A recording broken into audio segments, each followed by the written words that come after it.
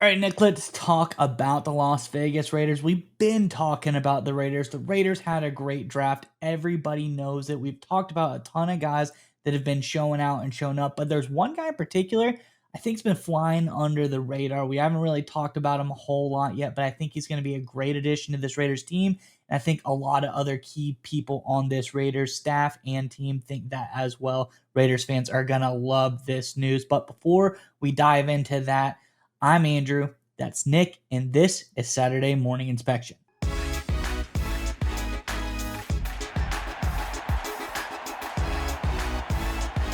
All right, Nick, as I alluded to, Raiders, they did have a great draft. You go through, we've been talking about Ashton Jeanty. He's going to be fantastic. Darian Porter, the corner, looks great. Dante Thornton, the wide receiver, looks great. But I think we haven't been able to talk about Jack Beck, the wide receiver out of TCU yet, who also looks fantastic. And when you hear what people have been saying about him, he sounds fantastic as well already. Let's get into the articles and we talk more about everything on the other side. So this first is over from on Raiders Beat, and this was earlier last month. Max Crosby talking about Jack Beck. It says former TCU wide receiver Jack Beck was said to be consistently open in his first practices with the team, as he's drawn strong reviews from everyone at OTAs, including All-Pro defensive end Max Crosby. He says everyone's also always talking about Ashton, but you talk about Jack Beck, both of them look like ballers and have been awesome so far, Crosby said on the Rush last month. So great. Crosby thinks Jack Beck looks really good. He's always open. Love to hear that. Secondly, this is Pete Carroll on the rookies as a group, but specifically talks about Beck. He says, the young guys have done really well. The guys that we chose in the draft have all made a mark at some point and show that they deserve to being here. It looks like a really good class all the way through, both offensive linemen and defensive linemen. They participated and rolled with the twos for the most part. Those guys held their own, but Ashton Jeanty has excelled, had an excellent camp. Dante Thornton and Jack Beck both did their stuff as well, Carroll said. So again, Carroll saying Beck doing great stuff at camp. He did his own thing. He showed what he had to offer for the Raiders. I think this is really good sign in general. These two guys already speaking about Beck by name, because when you look at how this guy stacks up to some of the best receivers in this 2025 class, he looks really good. And I think if we're already hearing stuff about him, he's going to be really good. So let's pull up our first graph here, comparing Jack Beck to the receivers in the first round. We're talking about Tep McMillan. We're talking about Emeka Egbuka. We're talking about Matthew Golden. In that order, Jack Beck is already at the front. So we're looking at offensive overall grades between all these guys, and it really is very, very close. We're talking about a mid-second round guy versus first-round guys. Beck has 83 overall offensive grade. McMillan is 84.8, so really close right there. Emeka Egbuka 79.5, so better than Egbuka. Matthew Golden a 74 overall offensive grade, much better than that. You look at their receiving grades, 83.1 for Jack Beck. McMillan, 85.8. Again, so first, the number 8 overall player in this draft, very close to him. 82.4 for Egbuka, a little bit better there. Matthew Golden, 75.6, much better there. This is where he really stands out. When you look at his drop grade as far as how good are this guy's hands, does he drop the football when it's thrown to him? No, he does not. And 90.6 grade here. And you look at everybody else, they are far below where Beck is. You look at McMillan, 71.5, Egbuka, 78.4, and Golden, 74.5. So again, doing really good, looking really good against some of the top receivers in this class. We have our second chart here, not just talking about grades. Let's talk about stats. Let's look at statistics.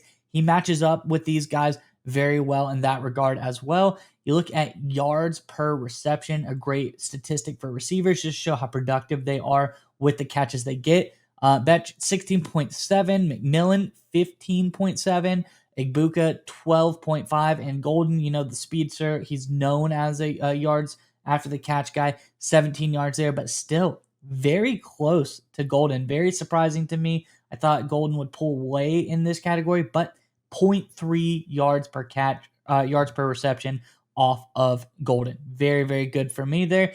You look at touchdowns, they're all right there. 9 for Betch, 8 for McMillan, 10 for Igbuka, 9 for Golden. All these guys very similar in touchdowns. But when you look at drops, and we're not just talking about drops last year, because this guy had, less drops last year than all of these guys combined, basically had more drops than Betch has had in his entire career. So career drops for Betch, 4. When you look at career drops for McMillan, he had 12. When you look at him for Igbuka, he had 12, and Golden had 14. That's where it comes into play. This guy's hands are like glue. He's basically got stickum on him at all times. He does not drop the ball. Done very, very good in that regard. So when you look at how he stacks up to these guys, for the Raiders to get this guy at round 2, pick number 58, it seems like a steal, because this guy is looking, by all accounts, sounding in camp like he's doing really good. You look at his PFF grades, he look really good. You look at his production, he looks really good. Matches up with these first-round guys. It looks to me like Jack Beck easily could have been a first-round guy with the talent and everything he brings to the table. So I think the Raiders have got a good one here. All accounts are saying that, and I'm very excited to see what this guy is going to do in the preseason and going forward as well. Curious what your thoughts are on this one, Nick, but before we get to you, Raiders fans, in the comment section below, let us know what are your thoughts as far as who is the best wide receiver in this draft. We've heard a lot about Thornton. We've heard a lot about Betch. Maybe y'all have been paying closer attention to Betch, and you think that this guy's going to be better. Who do you think is going to be more productive for this team in year 1? Is it going to be Thornton? Is it going to be Jack Beck? Let us know your predictions in the comment section below. A little bit of battle between the rookies early on. Let us know what your thoughts are. And while you're down there, check out our newsletter in the description below the video. We got our Substack newsletter. A lot of great extra content on there. If you want some stories, you want some statistics, you want to see if you had a really great comment in there as well, we're going to highlight that. So check out and subscribe to our newsletter in the description below the video if you need some extra comments or extra commentary, extra articles, extra data to tide you over. We're almost to the season, but still a little bit away. Check that out in the description below the video. But nonetheless, Nick, enough from me. What are your thoughts on everything here for Las Vegas? Yeah, when it comes to Jack Beck, he's clearly the kind of steady presence in terms of this Raiders rookie class. You brought up his statistics. The thing that really jumps out to me is his drops or lack thereof when you compare how he stacks up in that department against the other top receivers, the first rounders in the 2025 wide receiver class from the NFL draft. Obviously, he has other good metrics as well, but the fact that he's a steady, consistent performer, I think is what the Raiders were looking for when they added him in the second round. And when you look at this draft class as a whole from the Raiders' perspective, it's almost like they filled out a team in a lot of ways where each individual player has a certain niche, a certain role they fill into. I kind of use a basketball analogy here where you got your first rounder, you got your Ashton Ginty. He's your number one scorer. He's the guy who's got the basketball in his hands. You got your high flyer in Thornton, the freak of nature, right? Chip Kelly said there's not a lot of human beings like him. You got your rim protector in Grant. You've got a physical 3-and-D guy in Tonka Hemingway. And then you've got a guy in Jack Beck who does a little bit of everything. He can score. He can put the ball on the court. He can defend. He can knock down threes. He hits his free throws. Good on-ball defender. Just everything really well. Just a key position player on your team. He doesn't have anything that stands out, right? He's not Deontay Thornton with just a freakish skill set. He's not Tonka Hemingway where he had certain plays in college where he absolutely dominated. He's not Charles Grant, who even though he came from lower-level competition, has moments of elite. There are just some questions of can he translate. He's obviously not Ashton Ginty, one of the best running backs in recent college football history, but he's just kind of good at everything. And to give you another analogy, big in analogies today, he reminds me a lot of Hines Ward, the wide receiver with the Pittsburgh Steelers. Ward was remembered as sort of a star kind of player in the National Football League, but he never was, at least consistently, remotely close to the top of the league in terms of raw volume of catches, receiving yards, or touchdowns. He didn't have a lot of great advanced analytics, just a good blocker, good route runner, good hands, not a great deep threat, but good enough, right? Just could line up all over the place, did everything that was asked of him. Key glue guy, key guy who could throw into your offense, throw onto your team, and do everything good enough to help you out in a lot of different areas. And these are the kind of players, and we always like the stars. We always like the mismatch nightmares, and trust me, those are the priority. You want as many as those guys on the team as you possibly can. But sometimes it's these middle of the road guys that can do everything else well that allows you to utilize those matchup nightmares to the best potential possibility, right? If you got a guy like Thornton, who's a physical freak, who's got physical tools out the wazoo, you don't want to have him blocking 10 times a game. You don't want to have him run, 6-yard quick slants to get to 2nd and 2 5 times a game. Maybe Jack Beck is that guy. Maybe he's the blocker. Maybe he's the reliable guy on 3rd and 8 that runs a dig route getting killed by a safety over the middle. Maybe Thornton isn't the right guy to do that. And I think that's where this young wide receiver, Jack Beck, slides in absolutely perfectly for the Raiders. We talk about all the big names, all the core guys, and the Raiders, even outside of this rookie class, they've got some legit players. They got some young guys stepping up. We're really high on JPJ in this channel. You obviously look at a guy like, of course, Brock Bowers. Michael Mayer is still on the team. He has a lot of potential tight end. Of course, we know that defensive line with Crosby and Wilkins, they're going to be really good.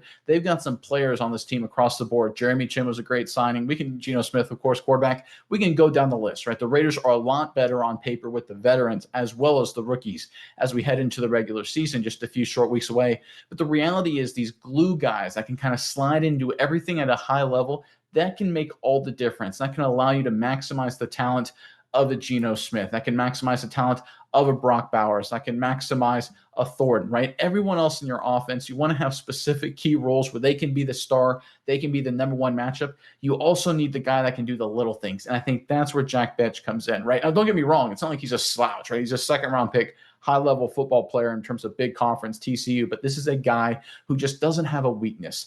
Team first guy. Everyone loves him. Perfect locker room fit. These are the kind of guys that, honestly, in past years, the Raiders didn't do a good job of finding, right? They found the ability to get some elite guys, but the middle core guys, the guys that make up a championship roster or playoff roster, they always struggle to draft and develop them.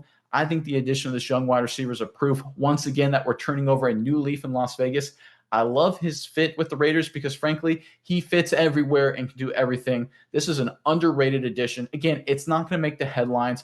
I don't look at Jack Beck as a guy who's going to catch 100 passes or catch 20 touchdowns in a season or catch 70-yard receiving touchdowns at any point in his career. I look at him as a solid, steady, consistent contributor. And guess what? For a 2nd-round pick, that's a lot of value to get. Yeah, Nick, and I think, the Raiders have been saying they don't necessarily say where. They're saying Betch has lined up all over the field in all of the OTAs and practice going here. So he's a guy, like you said, that fits in everywhere. He's a jack of all trades, so to speak. A guy that can, do a little bit of everything. I like the Hines Ward analogy, but to me, when I think of a Raider guy that he could be, and a recent one, he reminds me of a better version of Hunter Renfrow. Hunter Renfrow is a guy that, was great at catching the ball. He's a little bit smaller than Betch, a little bit less athletic than Betch.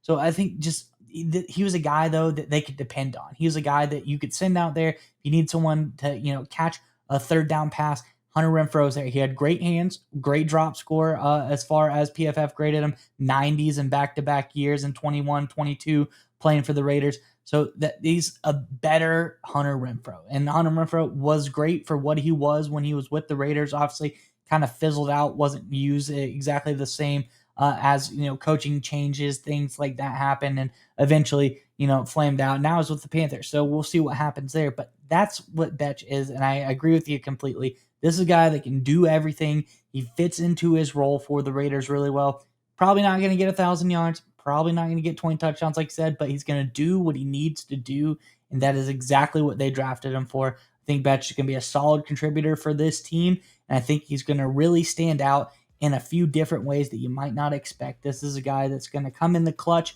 but he's not necessarily going to be breaking out, 70, 80-yard touchdown runs like Thornton. This guy, I think, though, will be a great pickup for this Raiders team.